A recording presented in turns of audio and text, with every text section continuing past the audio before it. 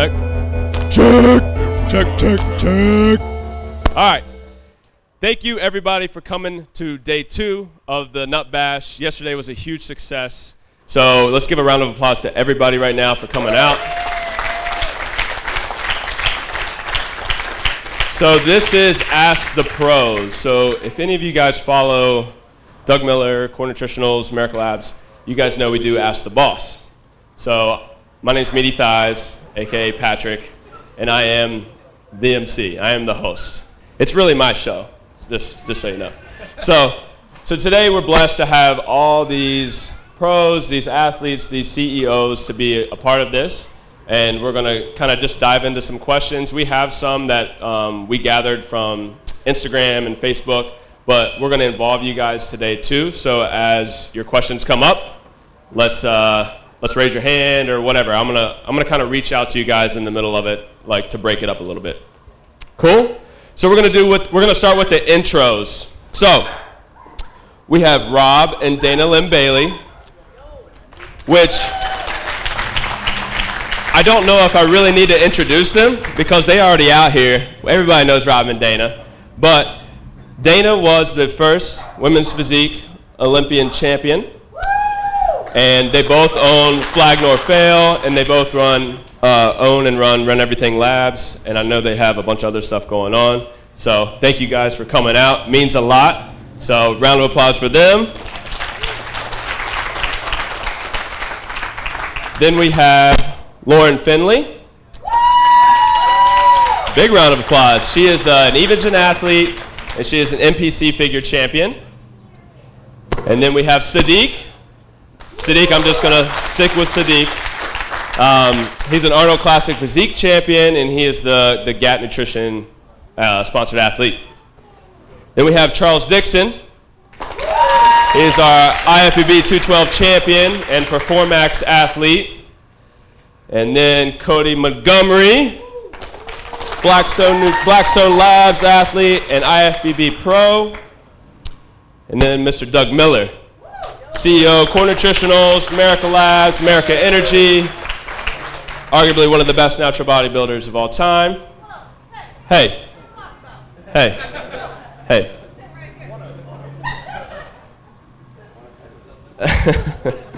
And then the Gorilla Chemist is here. He is with MyoBlocks. He's a mad scientist, and he's a dog lover. So. And then Flex Lewis just showed up.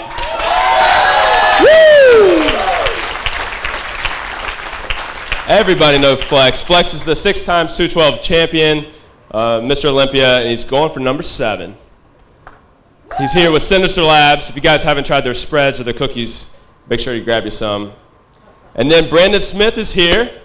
So Brandon Smith is the CEO of Purist Labs and Formulife, which is a CGMP manufacturer. And I was just talking to Bo today. He's got like 8 other businesses he's running. So he's going to add a lot of perspective to the business side of the fitness industry today. So that'll be cool. All right, I think that's our panel. Anybody I miss? We good? All right, we're going to dive right into the questions. Yeah, if you don't mind. I can do it. I got you. Yeah, no, I don't have that many hands. All right, we out here.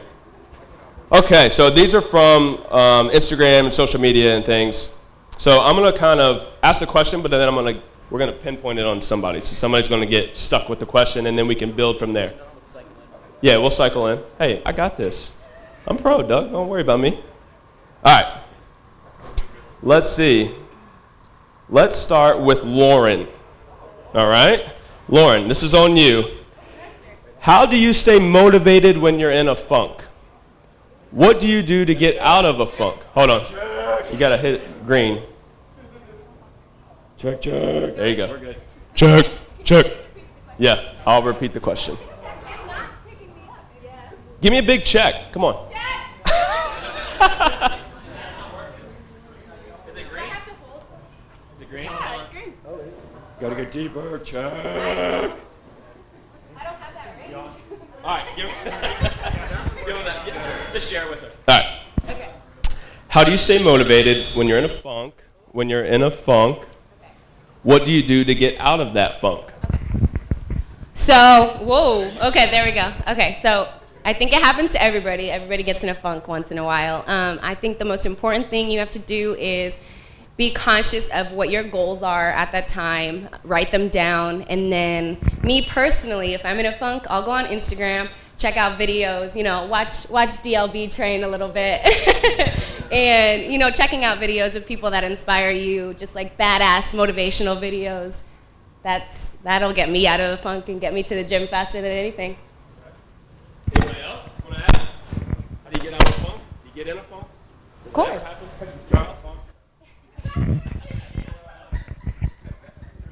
Think about beating flex. What did you say? Think about beating flex. Yeah.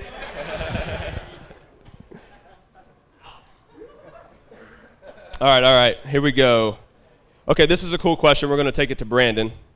If all supplements were banned today, what new company would you create or industry would you like to enter? Damn. Yeah. Okay.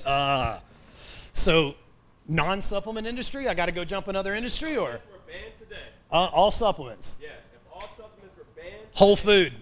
I'd go into straight whole food. I'd have hydroponic organic gardening going on out back. We do have a small business plan already for this. There is always a contingency plan when you're a CEO or you're fired. You've got to have 3 years out, right? So that's exactly what we do. We've got land. I've got a lot of land in Oklahoma. Man Sports has some land in Oklahoma. Maybe we take 300 acres, start growing it all. I mean, supplements are great, right, guys? But it's about whole food. Y'all aren't stupid. You know that. You got to eat right. Put the right foods in your body. So if supplements went away, I'd go make more money on the whole food side. The margins are much bigger. Amen. I'm not even going to open it up to anybody else. I think we got it. All right, cool. Moving on. All right, we're going to go to Cody. What supplements and or foods they use on a daily basis that you swear by? Okay. Well, as everyone knows, if anybody follows me, I eat a lot of English muffins. Okay. English muffins are like one of my things for sure.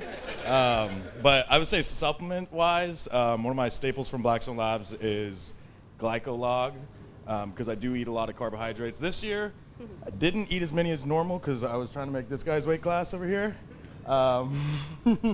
So usually I diet and I eat a lot of carbs. So like a product like Glycolog, insulin mimicker type product like that is one of my staples that I usually use 2 to 3 times a day with my higher carb meals. But as far as foods and stuff, I mean, I like English muffins. I like muffins. All the muffins. That's about it. Flower child. That's the secret, guys. You heard it yourself.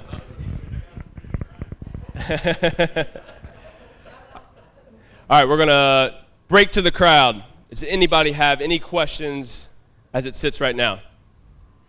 Anybody? Can I get a hand? Don't be shy. Yeah, let's put it on somebody. Put somebody on the spot. What's up? I'm Brian King, competitor, 3 seasons. Sadik, you talked about, I watched a video, you said about you always worked your butt off, you came from nothing. What's your advice as far as every day working, 50, 60 hours to totally going 100% with like fitness, making that transition? What's your advice on that?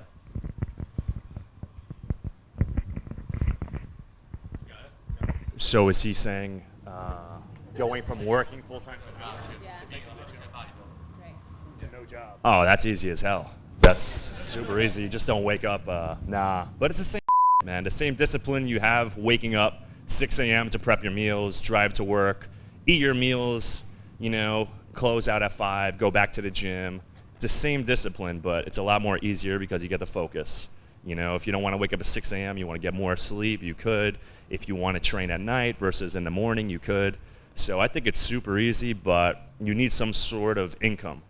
You can't just do this for free, and it's not going to pay the bills itself. So just focus on all the free social media there is. There's YouTube, Facebook, Instagram, Twitter. You can make your own website. Everything is free. So that's really how you're going to make a profit in this sport, and that could sustain yourself while you're prepping full-time or training full-time. So you need some sort of means of income. I hope that answers your question.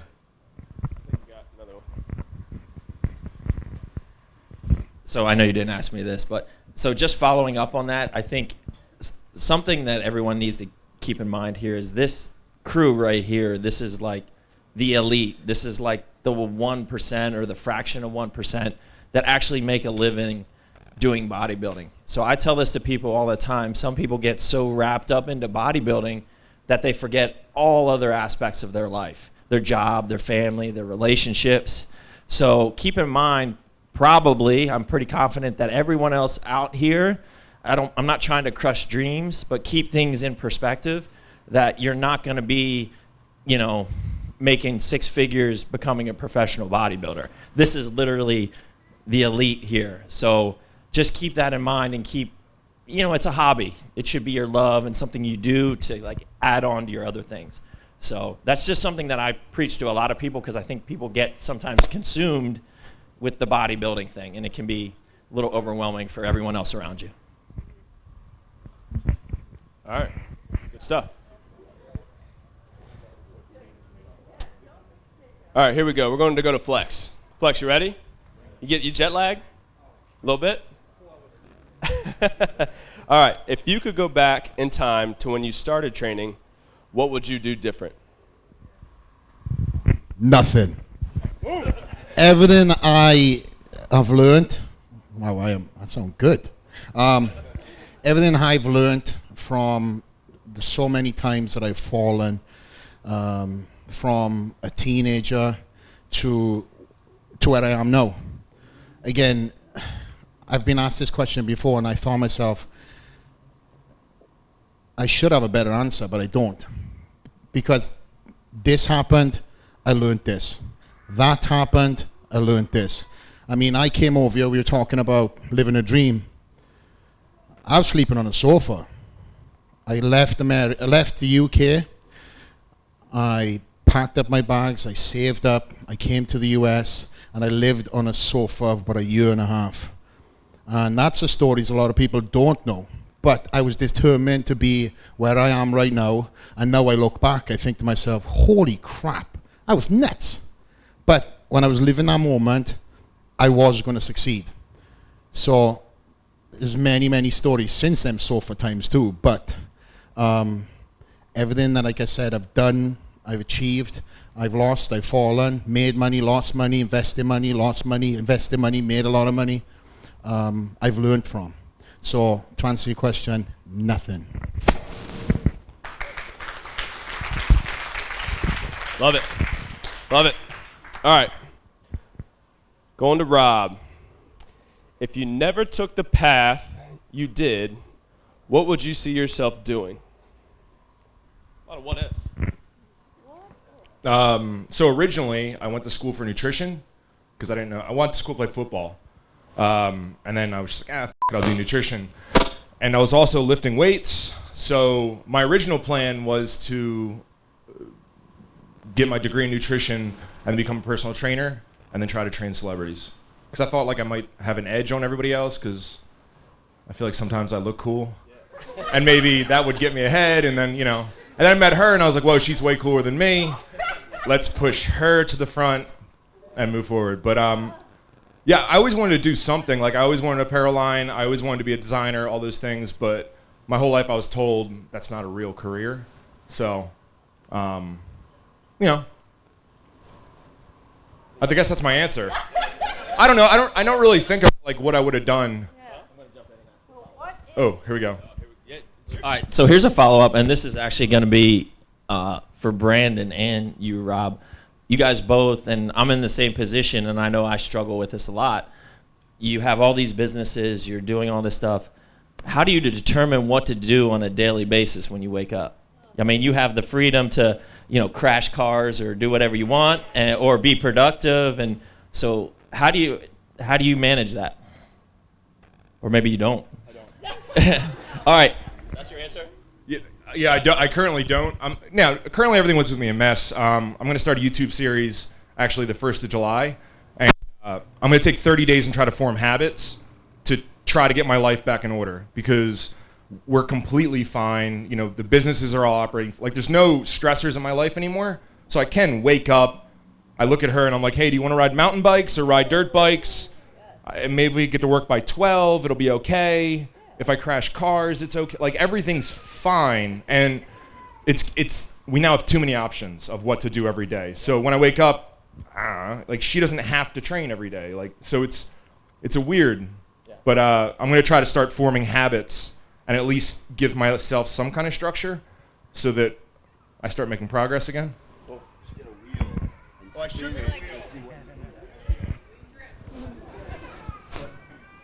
I don't have a cool answer like that. I'm pretty organized, I guess. I'm like pretty hyper organized actually. So I divide my day up. Into, I start out with me time, then I move into maker time, and that's when I determine what's essential for my day, and that's what makes me money.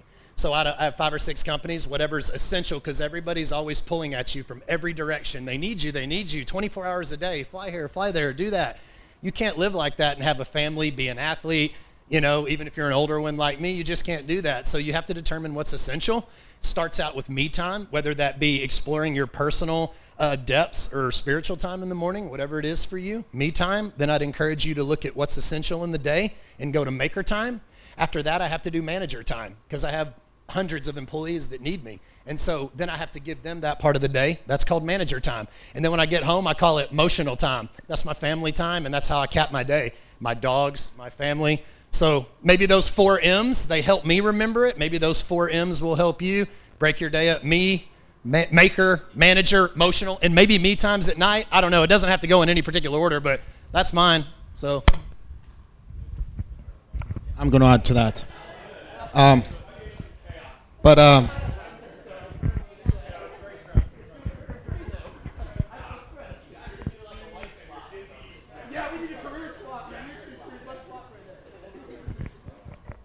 It's okay. You guys can have the seminar. It's all good.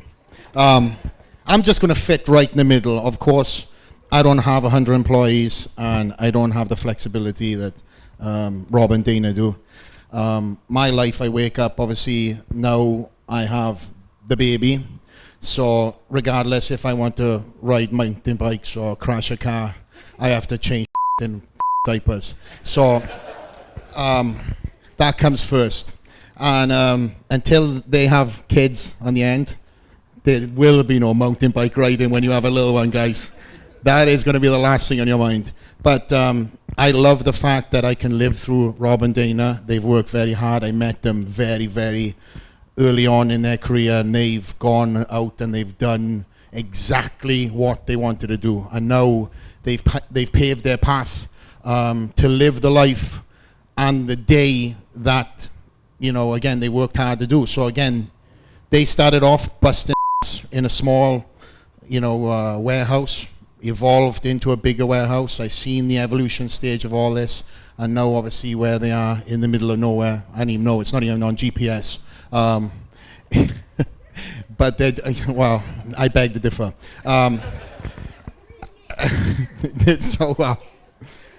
But again, I fit myself right in the middle, and again, I have to have balance in my life, and I have to have a daily routine, because I'm one of these guys that will go off all over the place if I don't have my routine. So of course, when I'm on the road, I try to stick to a routine as much as possible. But when I'm home, that's when things get dangerous. And me on the road, I would be an open class bodybuilder if I didn't have that lifestyle, believe me. But when I'm home, I'm so religious with my day to day. Everything has a structure. I have my businesses, I have my conference calls, I have my life then outside of the gym, outside of work, that again, I think I fit in between all these guys. But again, I have to have a structure. But again, flip of a coin, after the Olympia, I love nothing but not to go to the gym and just wake up, decide what I need to do essentially, and then everything else fits around that. Anybody else? Yeah, round of applause. Let's do it.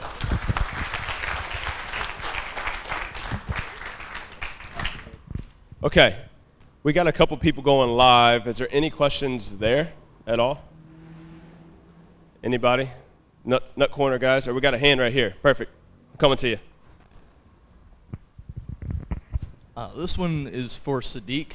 Okay, so last night I went back and reread an article of you in a Flex magazine, and it said that you didn't take any days off. And then I remember a few months ago, maybe a year ago, you were talking about how you realized doing less was giving you more results and whatnot. So what would you say, like, to the younger generation or whatever? Should they be training every day? Should they be training twice a day? Should you only train, 3 times a week? What's the best option there?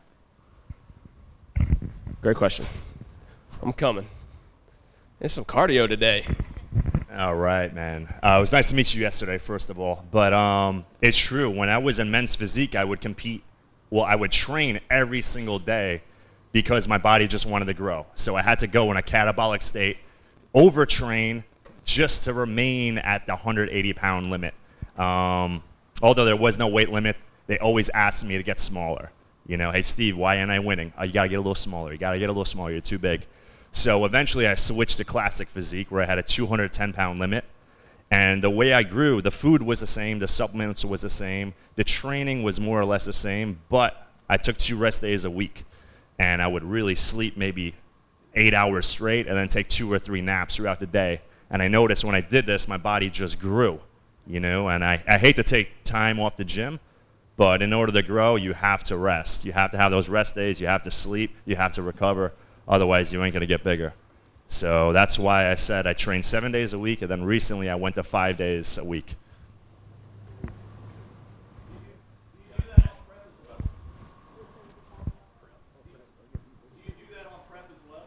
Oh, yeah, always. Yeah. 5 days a week training. In classic physique and men's physique, I train 7 days a week.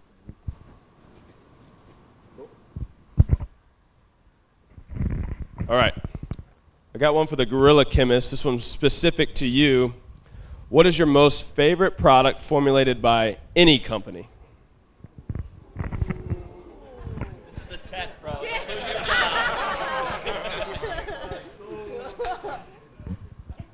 Do we have a time era? Is this anything that was banned? I would. No? Okay. There wasn't a lot of science really in supplements for a long time. Then, like, EndoExplode was probably the first pre-workout I think anyone took here, and it was a bunch of caffeine and arginine, and then it made your stomach kind of queasy. But they've come a long way in this, and I really enjoy how the science is now being pursued and looked at more into the compounds, and they're actually looking at doses of things instead of throwing in kitchen sink formulas. So for me, the first real game changer I took, it's a really tough question. Honestly, the newer stuff is better than the older stuff. I really got into nootropics recently after deciding to take a break from heavy stims. And so when I discovered things like rhodiola, rosea, and Nupep, and ashwagandha, adaptogens, things like that, I really started to like developing focus and brain formulas, because I feel most people out here start their day off with large amounts of coffee, and that continues throughout the day, Brandon. and and then you take 400 milligrams in a pre-workout, and it's just a never-ending cycle. So for me, I really enjoy waking up and taking things like choline sources and different nootropics to help wake my brain up and give it more oxygen flow instead of just cramming central nervous stimulants down my throat. So I know that wasn't a specific supplement. You're not getting off the hook. You got to name one product. One product. Yeah. That was the All right, politically I got correct one answer. for you. Now let's get the real answer. Muscle Tech Nortestin. Do you remember that one? The very first actual pro hormones before they just turned into pro steroids and real steroids. Those were actual legit pro hormones that worked. And that was probably the first thing I took that really felt that and hydroxycut with ephedrine. Those are the two ones. And those are old. So if you never heard of those, then I'm sorry. Out on the ephedra. Stay in school. Don't do drugs. All right. We're going to go to Charles. Your absolute favorite gym to train at and your favorite machine at that gym to use. 2 questions into one. Let's get it. What was the question again? Your favorite gym. So think of your favorite gym. Then you got to name the favorite machine at that gym. Dad, that's a complex question. I don't train at several gyms in different states. Oh, I don't train at different gyms in different states. So I would have to say Metroflex, Texas, in that hot box where it's cobwebs, the floor dirty, the bathroom dirty, the music blasting, and it's about 185 degrees in there. I have to say that gym and the squat rack. I don't know if y'all remember Ronnie Coleman when he did the 830-pound squats, them 2 little pegs in the middle. I squatted on that. So I would have to say that would be probably my most memorable gym and exercise and piece of equipment. But of course, everybody goes in Venice. So I would have to say that would be at the top of my list also. And I would have to say the best machine in there is the ISO row machine. So that's about the only thing I can think of. But every gym is great, man. Every gym got good equipment. I mean, as long as you got some dumbbells, a squat rack, and a Stairmaster. All right. Okay, we're going to go to Dana. Where's that question at? Okay. And Lauren, you can comment too. This is a female question. In a male-dominated industry, what advice would you give to other females aspiring to create a brand or career in fitness?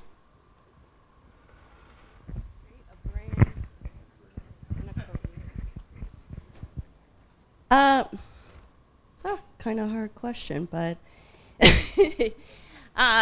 be different. The whole reason I'm here is because I was different. I started competing 10 years ago, 11, 12 years ago maybe, back in like 2005. This is back when they had like the velour 1-piece and the 2-piece round. I hated the 1-piece round, but anyway, every single time I got off stage, I was told to change the way I look. Get smaller, grow your hair out, change your hair color, get a boob job. I didn't do any of them, and I kept just being me. And it turned out once I went to I finally got to like the national level, my whole goal was to get last place, because that meant I looked the way I wanted to look, and it was bigger, it was rounder delts, it was having abs, it was more shredded. So every time I got better, I kept getting marked down. So my whole goal was to be dead last, and I did. I accomplished my goal. I was dead last in nationals, but it was because I wanted to be different. I didn't want to look like anybody else, even though it didn't really help my goals. I wanted to be on covers of fitness magazines. I wanted to be featured. I wanted to have supplement sponsors, and no one wanted anything to do with me. So we did everything ourselves, and we just kept going with the whole just be you, be different, and that's why I'm here. So be yourself.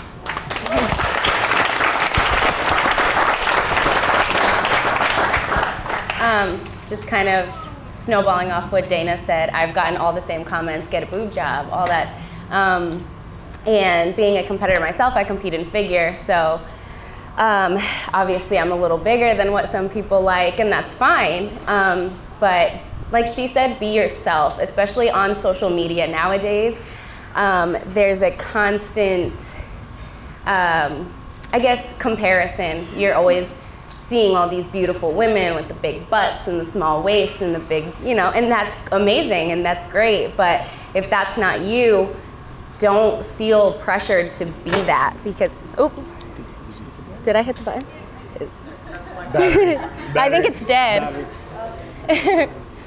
But if you guys can't hear me, just like she said, be yourself. There's no pressure to be anybody else. You don't have to have that look. You can have your own look. Be authentic. That's what people want, and they'll get that vibe from you, and you'll be successful in your own way.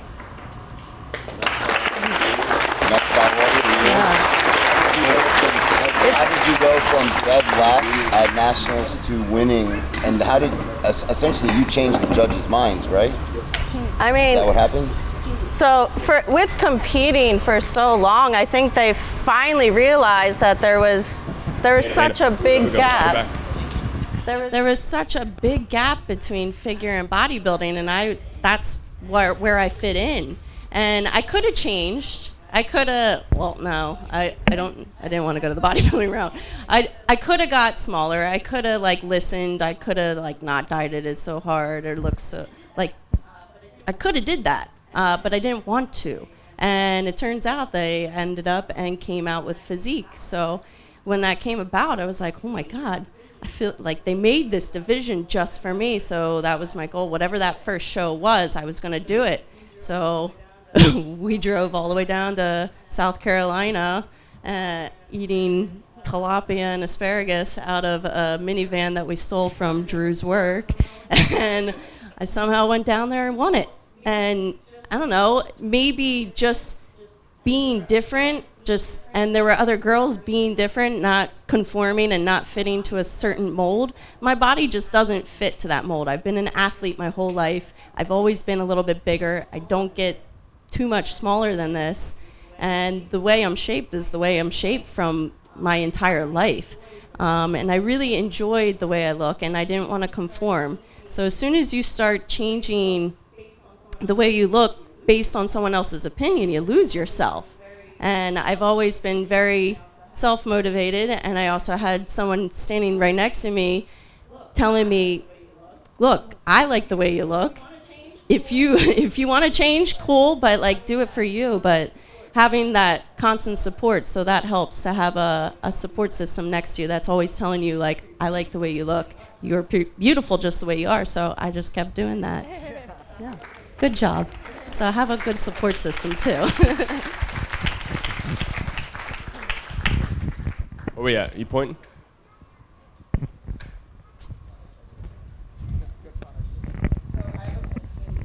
So I have a question, Dana, kind of going off of that. What made you want to transition from doing women's physique into more the powerlifting world and something that's more aesthetic driven to something that's more performance based? And because that's kind of where I am right now. So I've been doing figure for 6 years now, and this is my first year taking off, and I want to get into powerlifting, but it's a totally different ball game. So I'm just curious your thoughts.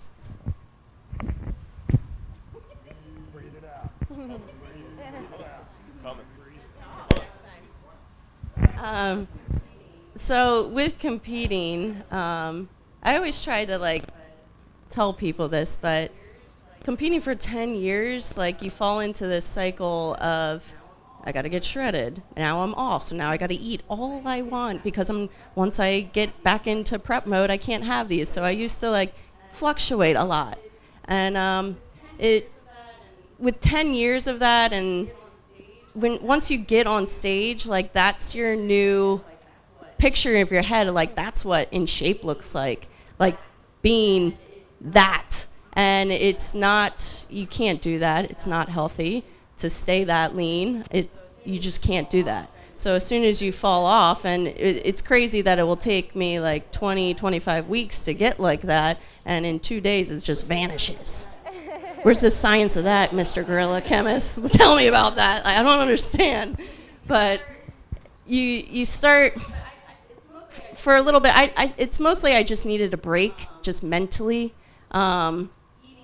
Just eating things that I normally wouldn't eat would put me oh my God, tomorrow I got to do extra cardio. And you start thinking of the gym differently if I miss a training session. It just starts to wear and tear on you. And it's a very individual sport, and it's a very selfish sport where it takes you away from family, it takes you away from friends. You go to gatherings and you're carrying freaking Tupperware, and I don't know, I want to live a little bit.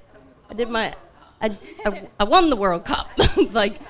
So I can always go back, which is awesome, but I think Rob actually had to step in, otherwise I probably would still be competing, and he told me I needed to take a break. And I thought it would just be for a year, but I kind of enjoyed it.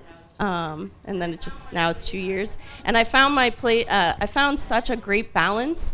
And I don't fluctuate. There's no weird, like I eat kind of whatever I want. If I miss a training session and I'd rather go for a hike that day, it's not the end of the world. And the whole powerlifting thing came in just because I just wanted to compete in something. And I ended up and did really well at my first meet. I just like being strong. So it was just something else to focus on because my whole life has been involved in sports. I was a 6-sport athlete most of my life, then got right into competing, and then not competing for a little bit. I just kind of wanted to compete and get ready for something. So that was just a default, and I enjoy it. And there's no sense, like, I still bodybuild. I'm never going to be the best power lifter ever because I follow whatever, I work with Colin, who's one of our athletes, and he's super strong. So I follow whatever, and he knows this, I follow what I'm supposed to do today, whether it's like squat and bench. If it's squat day, then I train legs for an hour afterwards. So I'm probably not training the best as powerlifting, but I like a little bit of both. I want to be strong, and I want to look good. So do both.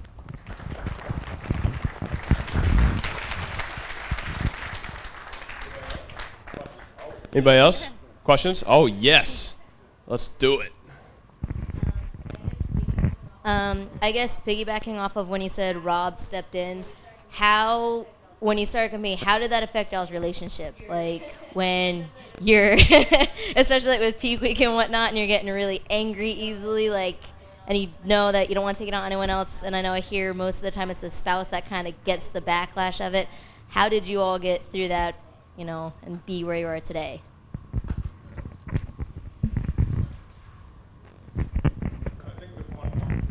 So I think the fun part in fitness is to focus on like, oh, peak week, I'm going to be an asshole, or I don't have carbs, I'm going to be an asshole.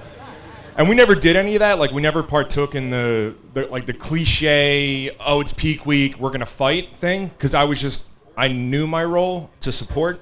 In business, she always knew her role was to support me, so there was never really any questions. And we've always given each other a lot of leeway.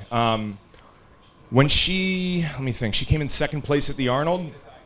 It took like a day to digest, and second place Olympia, second place Arnold. And then my brother and I talked, and I was like, dude, I'm going to make her stop competing. And I think that's because on the backside, we'd go out to like date night in off season, and she'd have like a little bit of creme brulee, and we'd go home, and I'd be like, yeah, we're about to bup, right? Because that's what date night.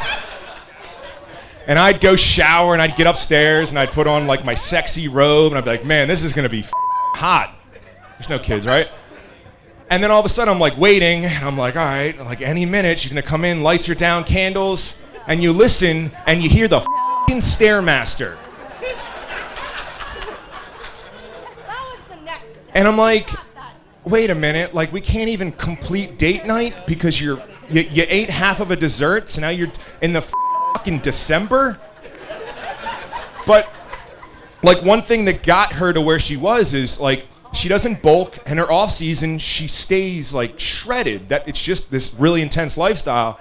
But I think it was getting to a point in time where it was like I saw us losing who she originally was, and I just had to. That's my obligation. I had to step in, and I was like, "No, you're done." And the coolest thing is nothing really changed. Like from her winning Olympia to now, there's no difference, and it bums me out that like her being the best in the world at something really didn't do anything, but it also makes me excited that like, okay, cool, because if she did just fall off the face of the earth, that would sort of suck. So I don't know, we're playing it by ear, but like I think the biggest thing in our relationship is there's so much leeway. You know what I mean? Like I can up everything, she can everything, and we just understand. You know what I mean? So we work well. That deserves it.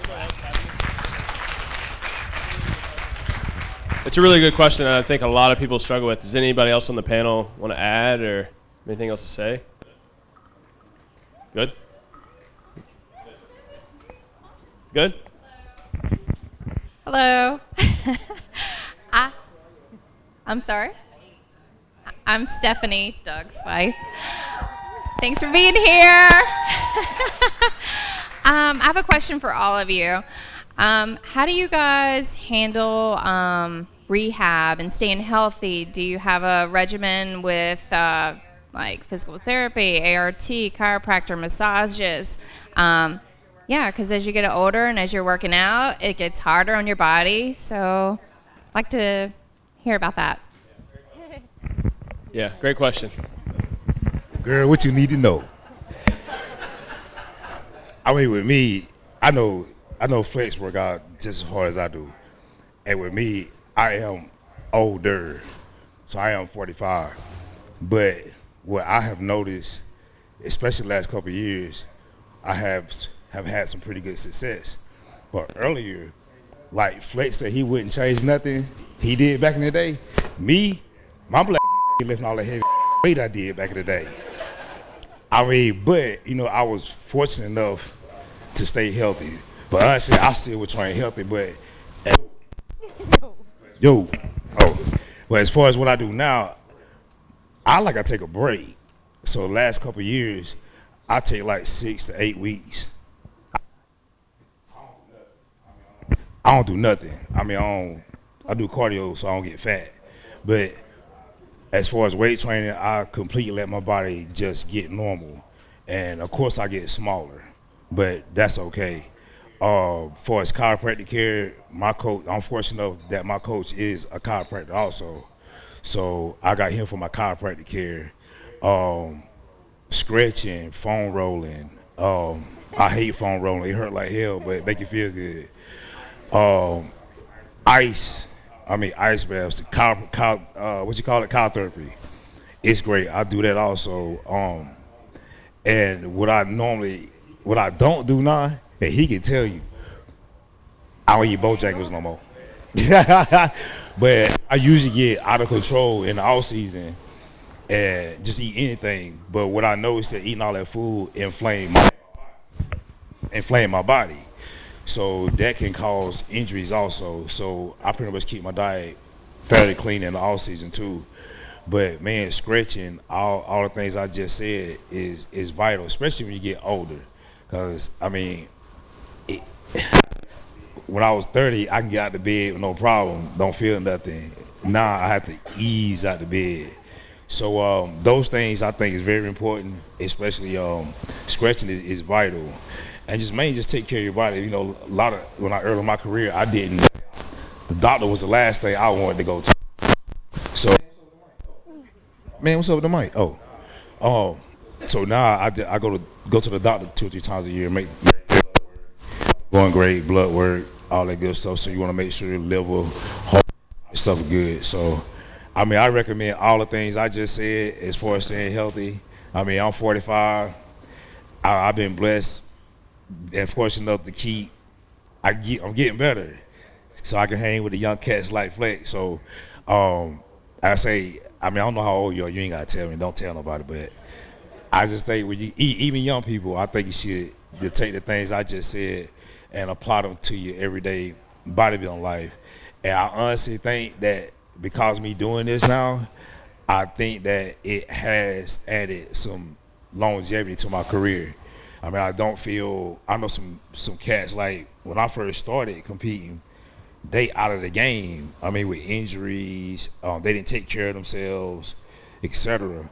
So, you know, I learned through trial and error, you know, take care of yourself, listen to your body. I mean, if you're hurting, don't go in there and try to push it. I mean, if your shoulder hurting, don't go in there and do shoulder work.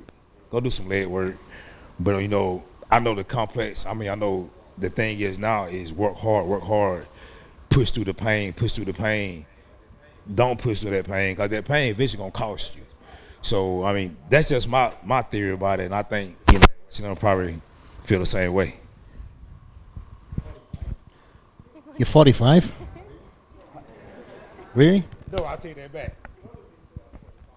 Government say I'm 45. There we go. I mean, listen, you covered a lot of points, right? When I first got into the sport, I played rugby, done gymnastics, run for my country.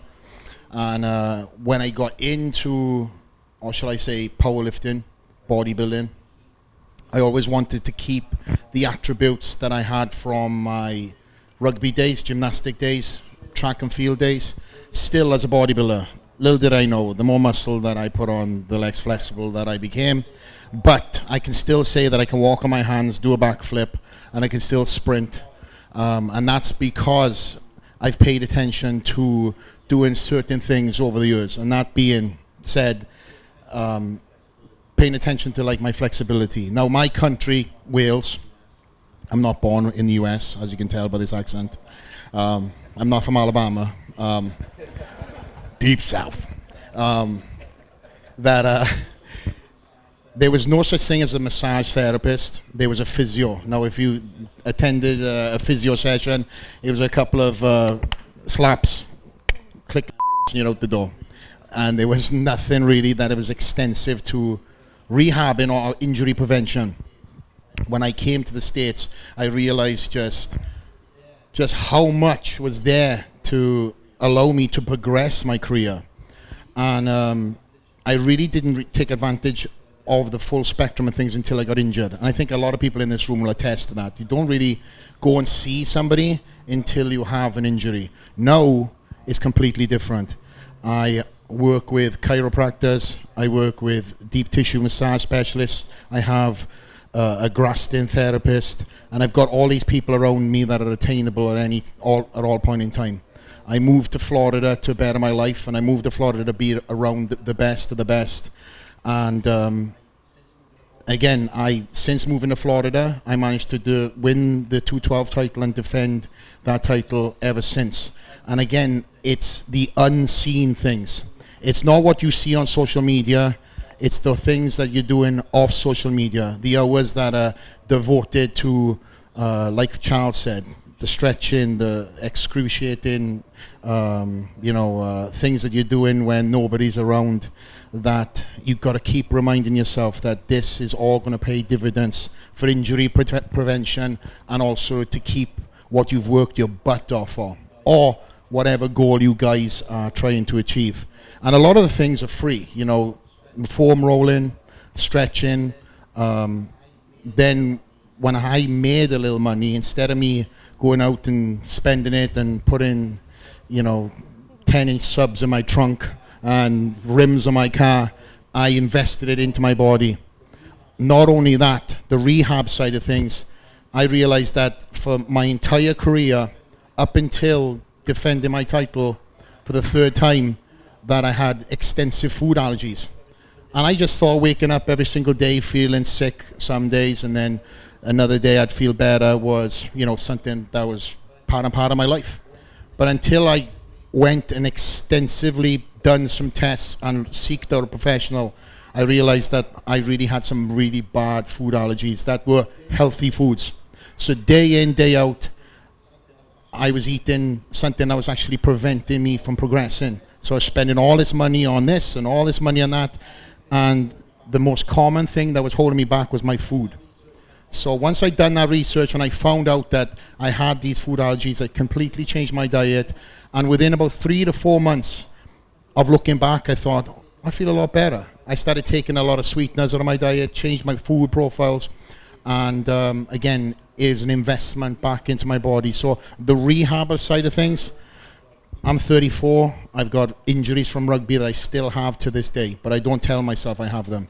I only realize I have them when, I have to chase after my little 2-year-old daughter that's got the TV remote. I'm like, whatever, you can have the remote. So up until that point, but like I said, food, physical, and then also mental. I moved to Florida to get away from a lot of old people, and I preach about this. If there's people in your life that are negative, get away from them. That held me back. I felt like I was trying to change the world and change so many people, because that's, I feel like I wear my heart on my sleeve, and I managed obviously to help a lot of people, but it was holding me back. And that time that I was devoted into trying to progress my life and focus on what I wanted to do was hindering me. So the physical drain, the mental drain from that, as soon as I cut a lot of ties, I started changing my circle into a circle because it was a square. And now I have the people around me that are there for me, there for my well-being, for my family, my growth, and again, for who I am on stage and off.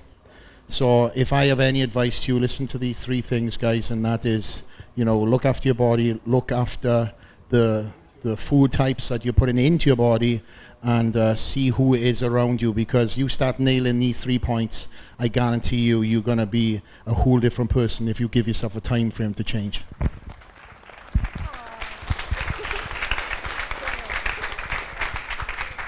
I'm going to keep this simple. I don't have a long answer, but what I do is deep tissue massage and Graston twice a week. So when I prep, I'm religious on that. Twice a week, I have to go see somebody, get myself in line. But also, if there's young guys there and they're going out to the bars and they're staying out late and they're going to clubs and you train the next day, you're probably going to get injured. So take care of your body, rest, eat good, sleep, and you should be good.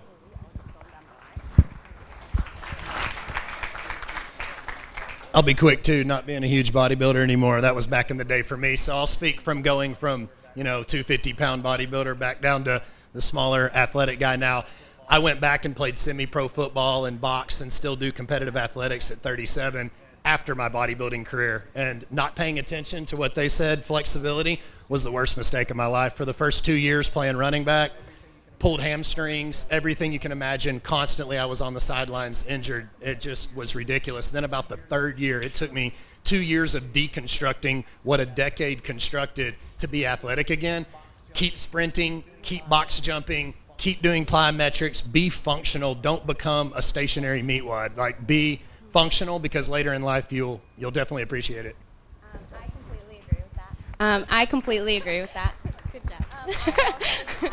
I also was an athlete my whole life growing up, played basketball, ran track. I ran track all through college, and still to this day, I love to get on the treadmill and sprint, do sprint intervals. So like he said, functional training. I like to train like an athlete. Obviously, I do bodybuilding style training mainly, but I've been training only for about 5 years now, bodybuilding style, and I'm just getting to the point where I'm realizing all of these things that Flex and you guys are saying about the stretching and the foam rolling, because I neglected that a lot, and now I'm getting to a point where, oh wow, my range of motion isn't as good as it used to be, etc.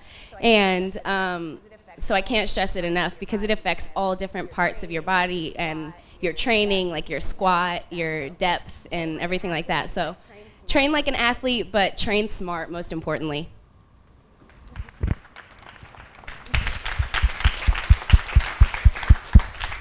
So Flex and Charles already hit most of the points, since we're bodybuilders and we're getting work done all the time. But I'll try to go a little bit of a different angle. I started bodybuilding when I was 15, so I was young. I had no injuries. I could go to the gym every day, and I could go party on the weekends and still make progress, just because I was a young little kid. And I've been doing this now. I'm 23, about to be 24, and I've been relying on this for, since I was 18, basically. I went full-time bodybuilder. And so my whole approach to it, I've had good people like Flex in my ear, and I've had good people like Jay, and a lot of people that have been in this industry a long time. So I had, when I was 18, people were telling me, you need to get massage, you need to get chiropractic, you need to get stretched, and all this different stuff. And I've gone through phases where I've gotten out of the habits so I can feel the differences. But when you really are in tune with your body and you're going religiously, I do chiropractic, I do cryo, I do massage, I do deep tissue, I do art, I do Graston, it's all of it. It all really does help. You can take little specific areas, maybe specific for your body if you have an injury or something like that, and not go to every single little extent. But it really does help, and I personally, I wear wrist wraps. I've always wrapped up, when I squat. I wear sleeves when I do any kind of chest press. Like, you guys see me and I'm probably look like I'm out riding a dirt bike or something. But I just always have been very, very cautious with my training, with my approaches and everything like that, because this is, what I rely on. So that being said, just take care of your body, and stretching is the biggest thing. Even with all the work I get done, my flexibility is terrible. So I still need to work on that, but hopefully that helps. No science. So you don't want to hear the. You want some science? I got a herniated L4, L5. What's the science? Active group. Yeah, yeah, instead of icing. Right, keep moving. Right. Systemic inflammation, though, is a bad thing. So if you take things like curcumin, Australia, Serrata, things like that.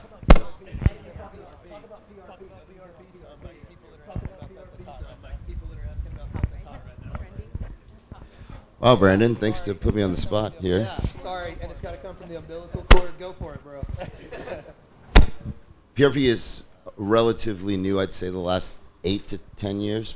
They've been experimenting with it, and what they do is essentially they take your blood and spin it on a centrifuge and get all of your plasma out, and that's where all your growth factors and recovery factors and things like that are in your blood, and then they concentrate it and then put it back into your blood in wherever you're injured. And the idea is that these growth factors and mechanical things will help heal where the injury is. You can also do that with stem cells, and that's another big thing on when you do PRP with stem cells.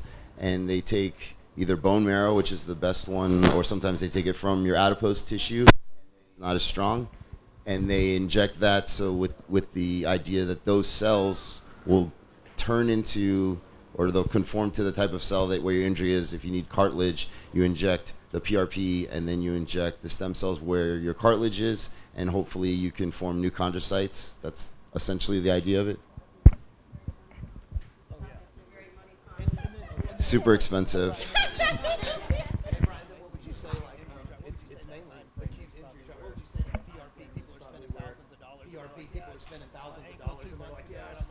Ankle 2 months ago, and I'm like, what? Then you're just throwing money away. Like 2 months is too late. Like you got to do it a little bit, because I think a lot of people waste speak on that a little bit, because I think a lot of people waste a shit ton of money. I'm not the doctor. Come on. You are on this panel. Come on. I want you to talk. We love your voice. I think that we good. All right. I'll just say that it is something you should do when the injury happens. I would say within 4 weeks or so. If, like Brandon said, if you wait a couple months after, the odds of that actually working well to have formed new chondrocytes and cartilage, I don't think are very strong. Came into something deep. Yeah. All right, crowd. Who's up? You're up first. What's going on, guys? My name is Andrew. I've been competing for like 3 years, but bodybuilding for maybe like 10. I started at like 110 pounds and was, I mean, I don't want to say it, but I was picked on all the time, and I felt horrible about it. And I don't want to say, but that was my turning point to want to actually start competing and just pretty much put everyone in their place for just giving me my entire life. What was, I mean, this is directed to everybody. What was that turning point? Because not everyone just wakes up and goes to the gym and says, hey, I want to be a bodybuilder, I want to be the best in the world. Some people just do it just to be healthy. What was that turning point that made you guys say, hey, I want to get on stage, as opposed to saying, I just want to be healthy? All right, I'll pick the first two with their hands up. Take it. Dana. Mine quick. I never did want to compete. I didn't. I did out of curiosity. I thought girls didn't like big dudes, so I didn't want to get big. But mine was straight out of curiosity. And simple fact, I like to fight, so the bigger I got, I can beat people up. I'll say quickly. Listen, I grew up 5 foot, whatever it was, red hair. I was a bully's dream, right? But that wasn't going to happen. So I was always involved in a lot of physical activity. I was the smallest guy on the rugby field, whatever else. But I hit hard, and I got hit hard, and I hit back harder. So when I got into the gym, I grew pretty fast. I always was enticed by bodybuilding, whatever. For whatever reason, I don't come from a family that has bodybuilders. It's rugby. In Wales, rugby is what you play. You come out to the womb with a rugby ball, and that is what is going to be the rest of your life. So bodybuilding was an interest. I remember watching wrestling as a very young kid, and then I picked up the nickname Flex when I was 6 years old. And that stuck with me throughout school. None of the teachers called me James or my legal TSA name, Stephen James. It was Flex. And it was only until about 12, 15 years old that I joined the gym seriously, 15 years old, to powerlift, to aid with my rugby. And then in that gym, I seen a bodybuilding poster on the wall, and I decided to go and watch. Now, that was it for me. I had no intention to get up there in my Speedos and do what I'm doing. It was one and done, go and support somebody at the gym and come back home. The following year, I started again powerlifting, doing a little bit of bodybuilding training. And I got thrown into this show by the gym owner. He paid for my membership, or he said he did, he really didn't. And it was for me to train for this show, and I thought to myself, you know what? I've done so many different sports, how hard could this be? And I ended up buying a Flex magazine. I trained at the gym with one of these guys. Nobody knew about diets.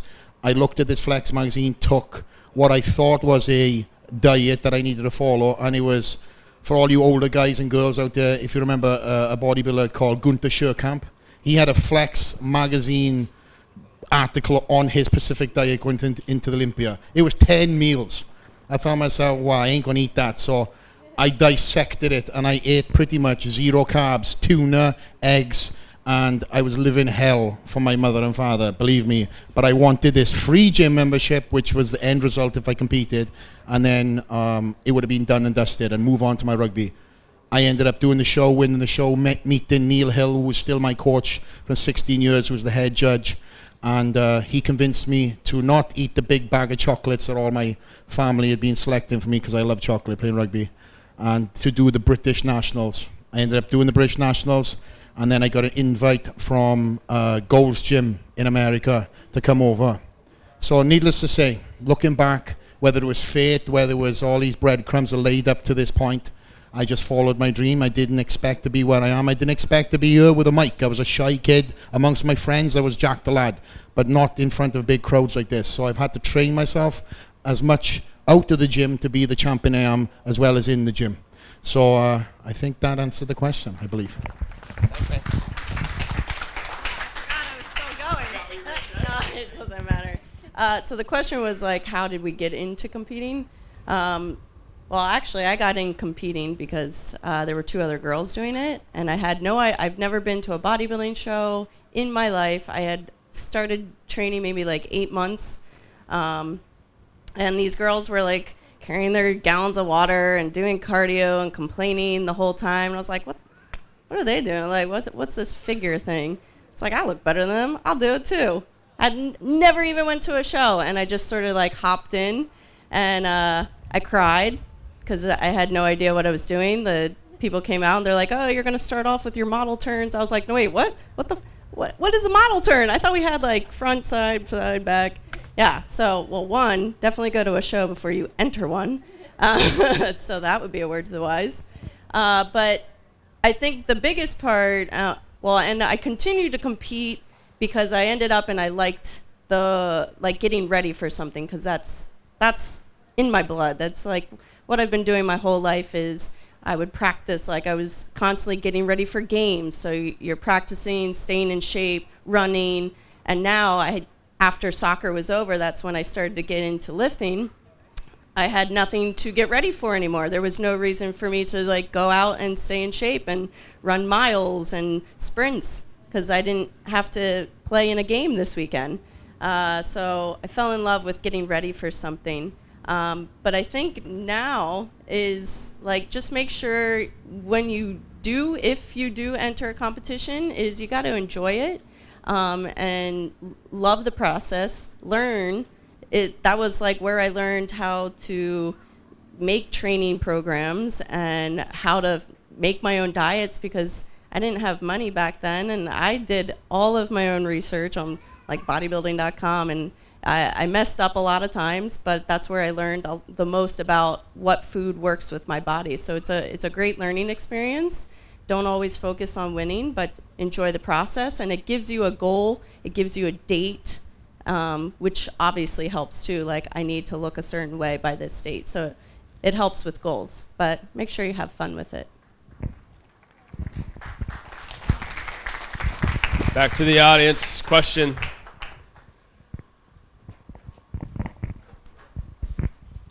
So this is to like anyone, but obviously the fitness industry is growing, and social media has a huge part in that now. Would y'all say social media is benefiting the industry, or is it like, all that fake news that's going around, everybody wants a sponsorship, followers? Is it like kind of belittling the industry anymore? Great question. Hands up. Who wants it? Social media is obviously benefiting, well, both rounds. Like, one, you don't even have to compete, and you can be somebody in the fitness industry. But if you are a competitor, it's just a bigger platform for you to get out there, workout videos, training videos, nutrition tips, recipes. Everybody can use it. So if you want to be an influence, if you want to help people, use social media. You don't have to get on stage, but it can also definitely benefit you with being on stage. We'll get your name out there. So I think that's it. From the only one here who's not famous as an athlete, I use social media just to give out free information that's credible. So I didn't think many people were doing that. So all I did was, if you look at my page, it's a bunch of pictures of molecules and studies. It's not selfies at the gym. So you can also use social media to do things like that, especially if you're a shyer person and you don't want to put yourself out there, but you have something to contribute. You can do things like that I do instead of just, this is my workout, because no one wants to look like me. So many people. Going off what he said, there is so much information out there on social media. So I would say, obviously, it is extremely beneficial, but be careful, because there's a lot of bull out there too, and a lot of not credible whatsoever. So if you're doing your research, make sure that you're going to the right sources, and like Dana said, do your own research. Don't just, oh, this person said that I should eat this, so let me go eat this. Figure out what works for you, and then you can use social media to your benefit. But be careful, because there's a lot of crap.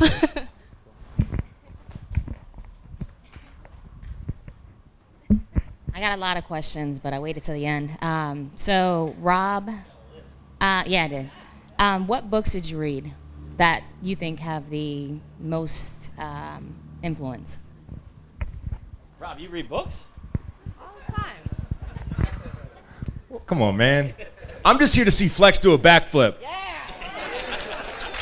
If we start chanting backflip, can we say it? So I got on a little book kick. Andy Frisella, actually, we've been friends for a long time. And he told me, man, you gotta start reading books. And I started reading books, and it's all the same, and it just reminds me of the same things. There's one book that consistently I'll go back to, because a lot of things in the books that I read, it's stuff that I already know, as if you were asking about diets, don't eat yeah, obviously. You know what I mean? A lot of the business books out there, there's nothing, for me, revolutionary in them that I was picking up on. It's stuff that, it was just reminders. But there's a book called, give me a second, The War of Art. The War of Art. I forget the bro's name who writes it, but The War of Art.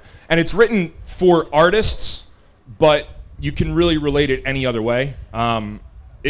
Because they're talking about a writer, and so I relate it to myself in a lot of ways, and I'll listen to it. And at any point in time throughout the book, you can sort of hop in, and it will inspire you in aspects of your life. So a lot of times, I don't need information on how to start my, I know how to start my day. I know if I want to have a really successful day, what to do. I don't need a book to tell me that. But I like to be inspired more. So The Art of War. No, The War of Art. The War of Art. They're. Is that who? Oh. Yeah, everybody's yelling it. But it's short. It's not too complicated. There's no giant words. And it gets the right things moving inside of me. So that's always been really good. They talk a lot about resistance, and I think that's my biggest thing is classifying what in your life is resistance, and they do a really good job. I won't get into it. Listen to the ebook or read it. But thank you. Just shout your next question. So it's for the girls. So as far as your shoulders, that's something that I've struggled with big time. And I have not, as far as a kid, I'm not athletic at all. What is your best exercise for shoulder growth? Volume. if you, oh yeah, volume.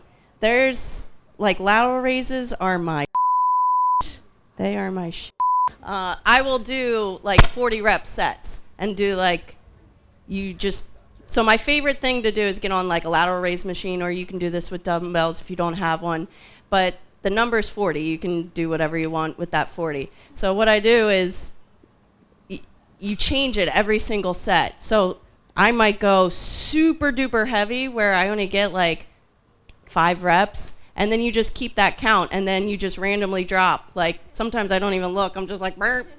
And one time I went heavier, and that didn't work out very good. But I always just drop it, and then you just keep going. And then you drop it, you keep going until you get to 40. So that's my one thing. But volume has been such a good thing for my shoulders, and I do a lot of sets and a lot of reps, and that's just how my shoulders responded the best. That's also the way I like to train, so that probably has a little bit to do with it. So the biggest thing for me is like you gotta like what you're doing. So if you don't like to train a certain way, then just don't do it. Like most of the people that like whatever your worst body part is, it's usually because you don't like to train it. So try to make it into your better body part, and then try to do just drop sets on drop sets and giant sets. If you follow me on Instagram, a lot of times if I have a really good shoulder day, I always write it down. YouTube, my shoulder days will wreck you. Yes.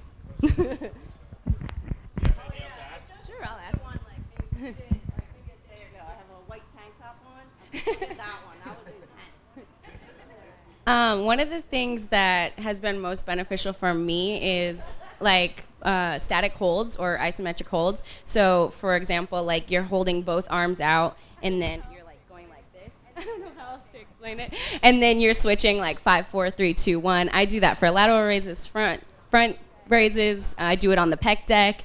That's been a game changer for me. It really, really gets the blood to the muscle, and just that static hold. No, your pits smell great.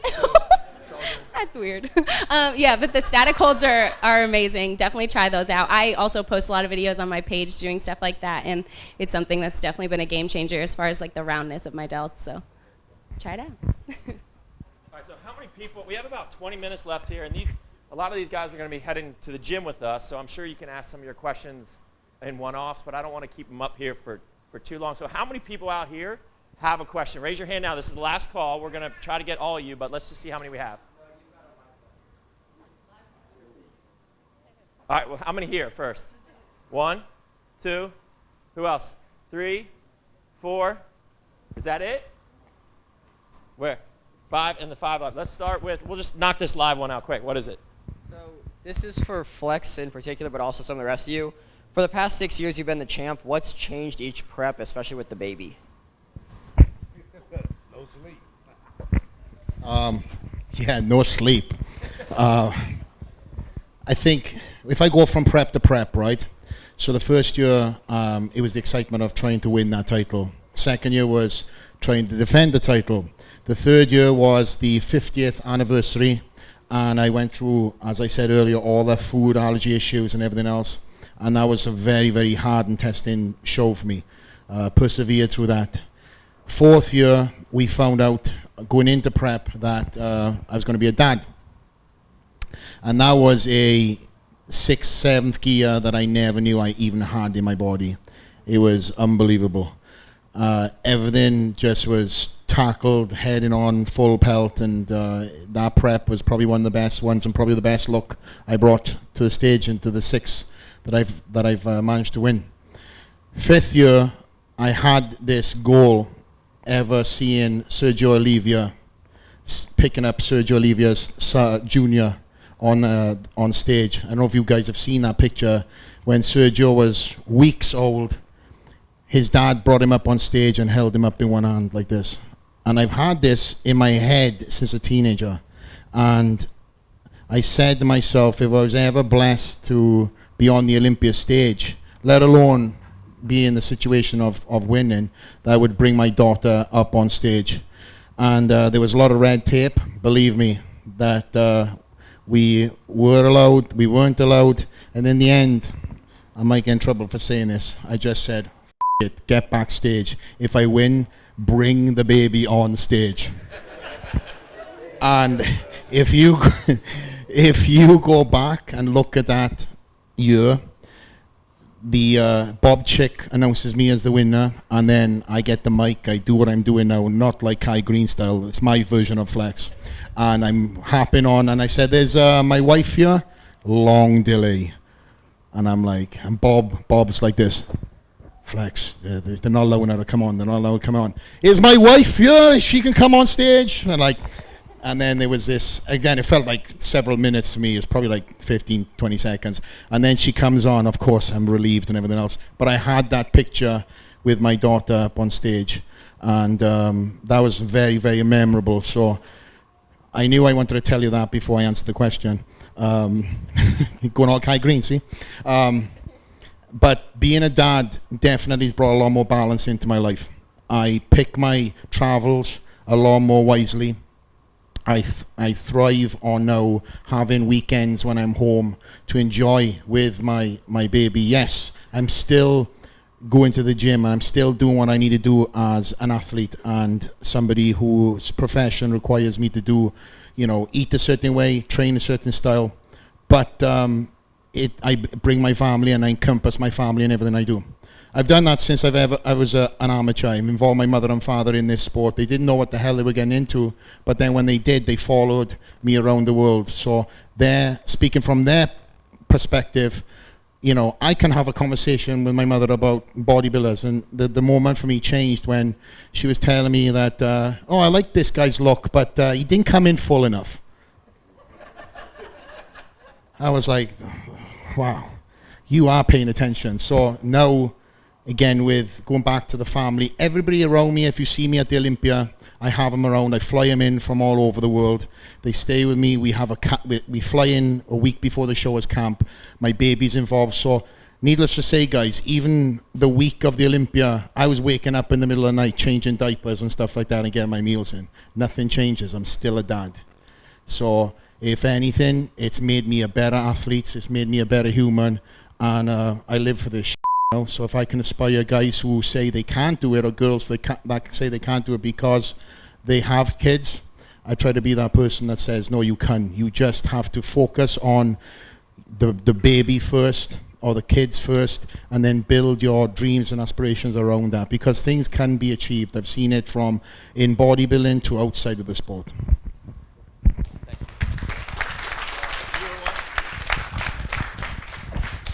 So this is for any of you guys to answer. So I believe that the soul longs for passion, for freedom and for life, right? What makes you feel alive? What stirs your heart? And that's for any one of you guys to answer. That's a deep one. All right, Charles. No pressure. Man, me personally, I don't know, Let's get a green answer. Not a flex, Lewis. I need a pencil and pad with that there. Me personally, I grew up, my mom grew up in the church, so I'm a very godly person, spiritual person. Pray every day. I even pray for my fans, so I pray for y'all. But I got a good family. My parents has been there since I was born, and they support me greatly. But what keep me going, and Flex can attest to that, my kid, I got 3 boys, but my youngest is 8, and that little joker he keep me running. And what's so funny is that when he was like 4 years old, I explained to him my prize money. So I didn't think he was gonna pay attention to it. So every time I go to a show, he be like, "Daddy, so I heard you got first place, so you got $5 grand, right?" I'm like, "Yeah, how you know?" "I remember you told me that, so we can go shopping." So, but man, how to stay grounded, man, I got a good family. I got good friends like Flexing said something earlier that brought my attention, and that was a good analogy. Instead of have a good circle, man, have a good square, because you can have some negative people in your life that can say that you're friends and say they got that support you, and actually they're rooting for you. So that, man, good family, good friends, good support system, and man, my motivation is my son. Matter of fact, I just looked at my phone. He just texted me, "My daddy, what time you coming home?" So I can't wait to get home to him.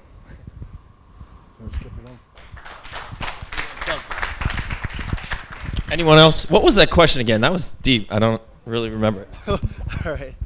So I believe in that the soul longs for passion, freedom in life. So what makes you come alive and search your heart? What makes you come alive? Man, when I meet my fans, sometimes you get the typical fans. They're like, hey, man, I really respect you. Can I get a picture? But sometimes there's a fan that's like, hey, because of you, I stopped doing drugs. Because of you, I stopped drinking alcohol. Because of you, you inspired me to be around my family more, or to be nicer to my girlfriend, or, whatever reason you change somebody's life, that's what keeps you going, especially in a sport that's this hard. Prize money and trophies, that's cool, but, that gets old after a while, man, But when you really touch somebody and help them out, that's what keeps me going. I'll go. To touch on what you said, nature, that's exactly what I do as much as possible. Put the phones down, get out of the digital world, and reconnect with nature. I'm extremely ADD. It's why I have so many businesses, but it's because I realize we're given X amount of years on Earth. Every day you're closer to dying. Every day you're one step closer. It is your duty to use the temple you were given by God, not only to make it look good and all this vanity stuff we talk about up here, but if you're not feeding your soul, you're going to be a hollow shell with that first place trophy. I've been there, done that, guarantee you. Hollow as hell. You've got to seek awe, wonderment, joy. Like really, I try and learn something new every single day starting at 5 a.m. Wake up, learn something new, get out in nature. One of my biggest things, I'm kind of going off on a little tangent, but I think this might help people. One little plug here. So many people in this world wait to feel better. Oh, I'm depressed today, so I'm just going to it all and have one of these days. No, change your perception. Literally a 30-minute walk outside in the sun, getting up and doing something about why you feel like crap is what changes that. Not sitting there, wait until I feel better, now I'm going to go train. No, don't wait till you feel better. Change your environment, change your persona, change something right then and there. Get your up and do something about the way you feel. 9 times out of 10, I swear, just to walk outside for 15 minutes, leave your damn phone behind. Get outside and look at nature. Come back 15 minutes later, fresh perspective, relook at the problem, and it's not as big a deal as it ever was.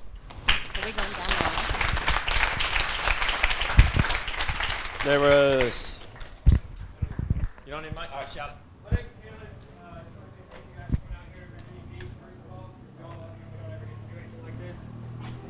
What is something that you guys like to do outside of fitness, and how do you manage your time in fitness versus that thing that you like to do that's completely unrelated?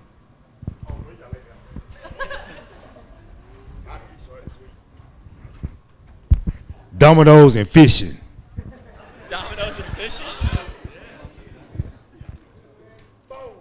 All right. Man, I think trying to think. My life right now is just being engulfed in prep. So I travel a lot, and I really live for this sport. I really do. I love doing what I do. I think if I was doing this and coming out to events like this, and because I had to, you would see right through me. So, I live this sport, literally. And I love to do different things. I love to, every day I start my cardio outside. So there's a lot of things that even as athletes, the saying is, and I'll go off on a tangent also, iron sharpens iron, right? So when you're around like-minded individuals and you talk to different people, but still are highly driven, I'm walking away from this seminar motivated. I hope you guys are, because I've listened to a lot of points up here. It's like, you know what? Yeah, I am going to kick my tomorrow off differently. I am going to, walk out of this seminar with a different perspective on what I'm going to do for the rest of the day. So what I like to do, I think, is chill. My life is a million miles an hour. When I have that time off, I don't want to look at my phone. Some days I don't even touch social media. I'm just chilling out, and I'm enjoying it. And I don't even feel bad about it, because when I do what I do on a daily basis, I put 100% into it. So I'll put 100% into chilling my ass out too.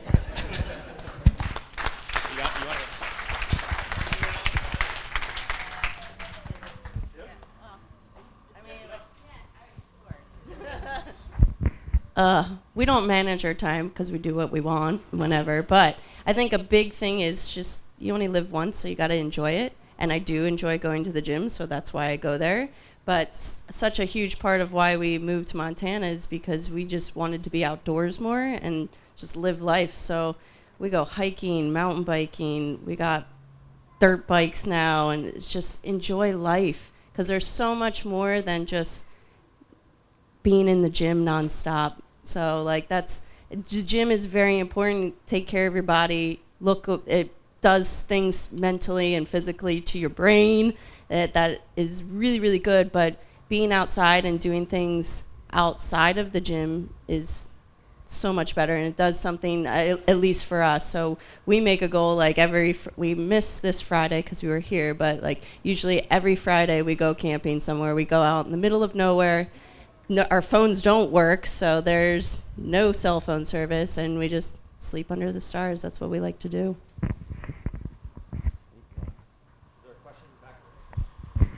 We got probably a couple more, and then we got some things we needed to cover.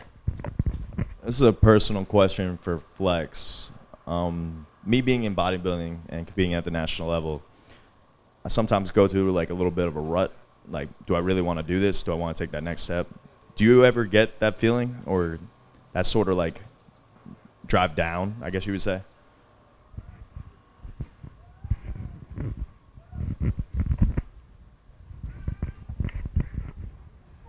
All right, so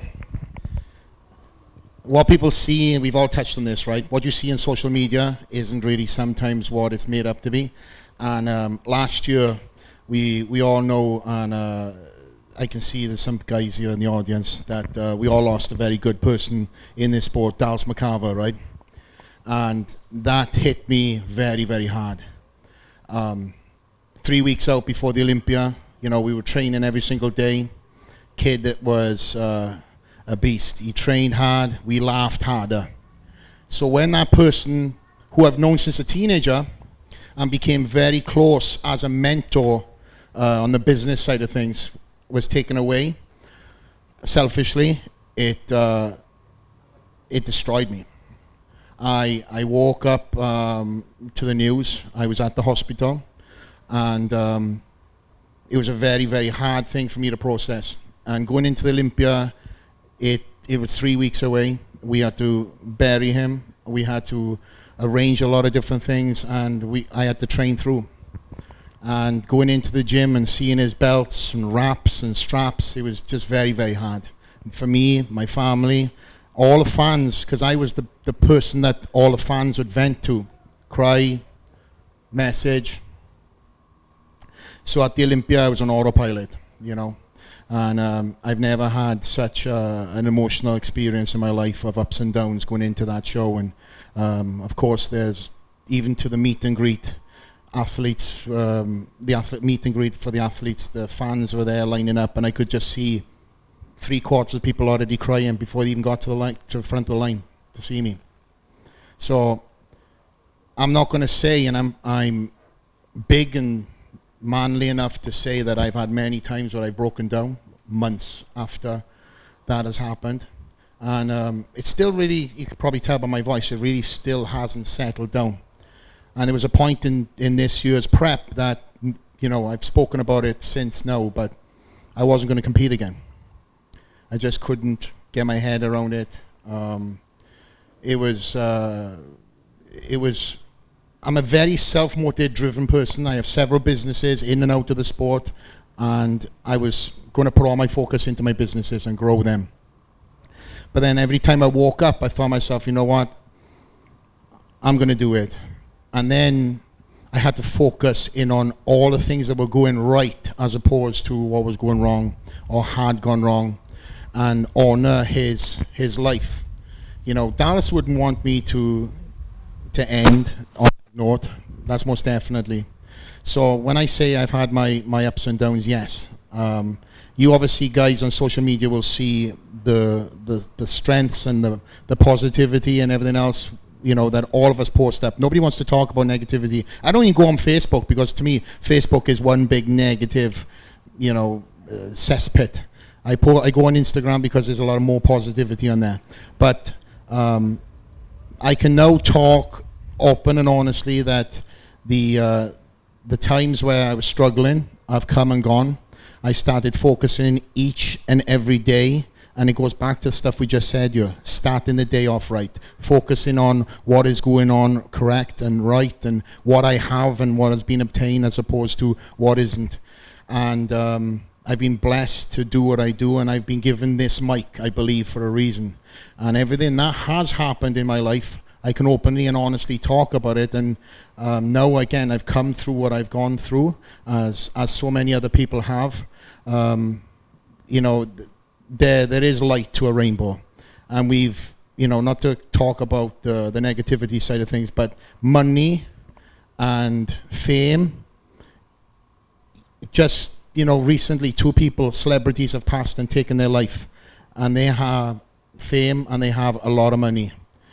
But, you know, again, going back to what we said earlier, if you're empty, then when you get that trophy and you have nobody around to celebrate it with, then, you know, you're not living your life. So now I've got my people around me. The people who have been there when shit hit the fan, I know who they are. And again, I'm going to go through ups and downs, just like everybody else is here. Past this point, I'm just homing in on one particular point. And now I'm there, going up to the Olympia for a reason. I'm more driven than ever. I've got my team around me that's tighter than ever.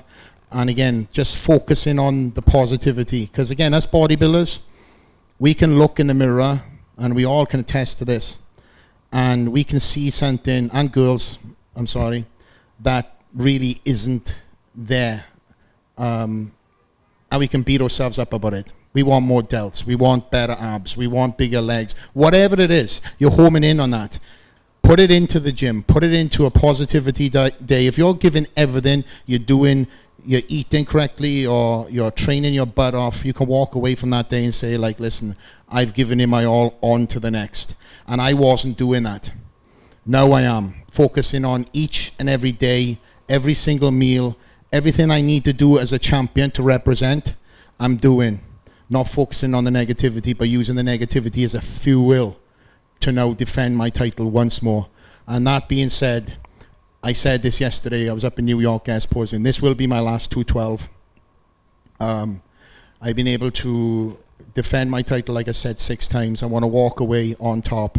And I think this would be the icing on the cake to walk away with, showing that I've been, sorry guys, I've persevered through 6 Olympias, and then the biggest test of all was last year, and how I've been able to pull my head out of my and go back into the champion mindset that needed to be to do what I need to do and defend that title one last time in 12 weeks' time. So, thank you very much.